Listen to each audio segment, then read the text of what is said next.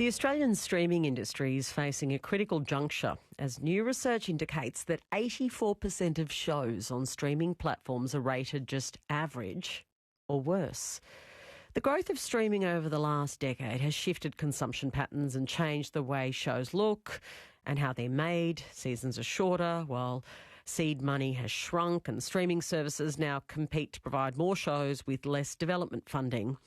This has sparked urgent calls from industry leaders to increase investment, elevate global production standards and to mandate local content quotas to enhance the quality of Australian film and TV, and so that we can see our own stories. Louise Schultze is the Chief Executive of Australian Production House. Louise, welcome. Oh, thanks, Patricia. Thanks for having me. Do you think the government's dragging its feet on legislating content quotas? Look, I hate to say it, but yes, they are. Why? Well, look, that's a really great question. We would like to know. There's been a recent hearing where, our industry leaders, so Matt Dino from Screen Producers Australia, heads of Ozfilm, Kate they all went and explains the reasoning for the importance of the screen quotas alongside the offset increase. And as a result of that, we still haven't heard anything about the screen quotas. They are looking at that increase of the offset, which would be great because that gives us an opportunity to work with international companies in Australia. But what it doesn't do is secure that 5% profit that those companies are making already from Australian audiences to reinvest that back into Australian content and stories. How would you? So we'd love to know, actually. Yeah. How would you describe the current state of Australian film and TV, given research showing it's quite a high percentage, 84% of shows on streaming are considered average or worse? Yeah, look, that is the case, and that's across all streaming platforms. So this is a streaming data, not an FTA, being a free-to-air network. So it's just looking at streaming. Those streaming platforms are all streaming platforms that we watch in Australia are internationally owned. And I think that's a really important thing to note is that there is content quotas on free-to-air networks at 7, 9, 10, SBS and ABC, but there isn't anything for streamers.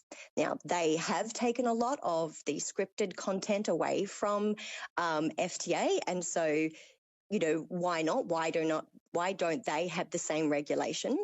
The streaming platforms are mostly owned by the four bigger corporations, so that would be Warner Brothers, Sony, Universal, and Disney.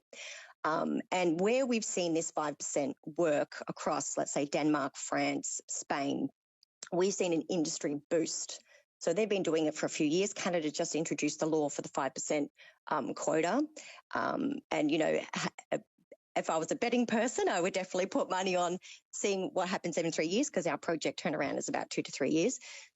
So we can't see any reason. I mean, it's economically good. You just looked at the data. So the data around analytics on what people are currently seeing, they're not happy with what they're watching. They want to see something they can connect to.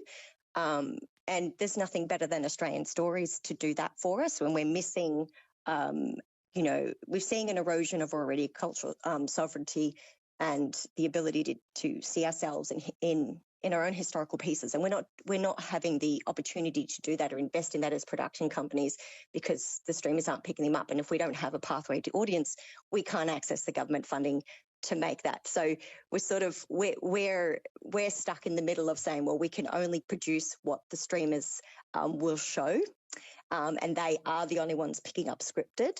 So if they dictate it, and if they won't pick up Australian stories, or they won't reinvest back in us after using us for their bigger productions, then we're kind of left here sitting and waiting at their beck and call. So by reinvesting back in Australia actually produces not only jobs, but training and opportunities for younger filmmakers to actually have an entry point. How do you think that risk-averse nature of the current industry model, I mean, the one where producers kind of seem to prefer imitating successful shows over creating new content, impacts on Australian storytelling? Well, I mean, with Australian storytelling, it's really important to look at the diversity of Australian storytelling. So we're such a fortunate culture in Australia. We have both the multicultural society, we have this beautiful history of First Nations, and we have a really interesting Aussie larrikin sets of behaviour that create great narrative.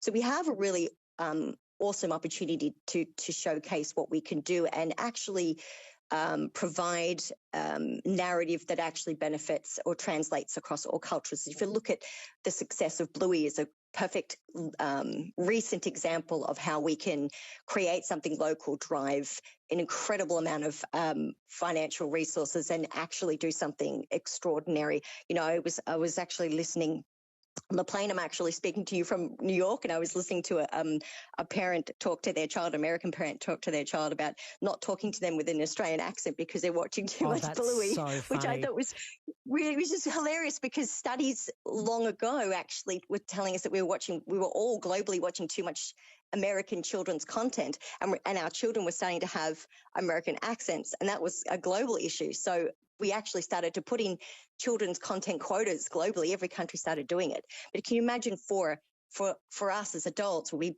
go beyond the age of 7, which is where children actually stop watching television now, is sadly at 7, and then they reconvene back at 15. If we lose that from 15 on, we're never going to capture those beautiful stories. And I think we're at a really pivotal time now that we've just had this no vote. Why can't we make films like the US have just recently done with Killers of the Flower Moon, take our beautiful long history? We could have done it with The Drover's Wife. We could do it with High Ground. There was lots of beautiful stories that we have if only we had the commitment from those streamers to reinvest in us and take those stories global, because they're using us. They're constantly using our talent all the time. So interesting, that point, Louise. Thank you. No problem.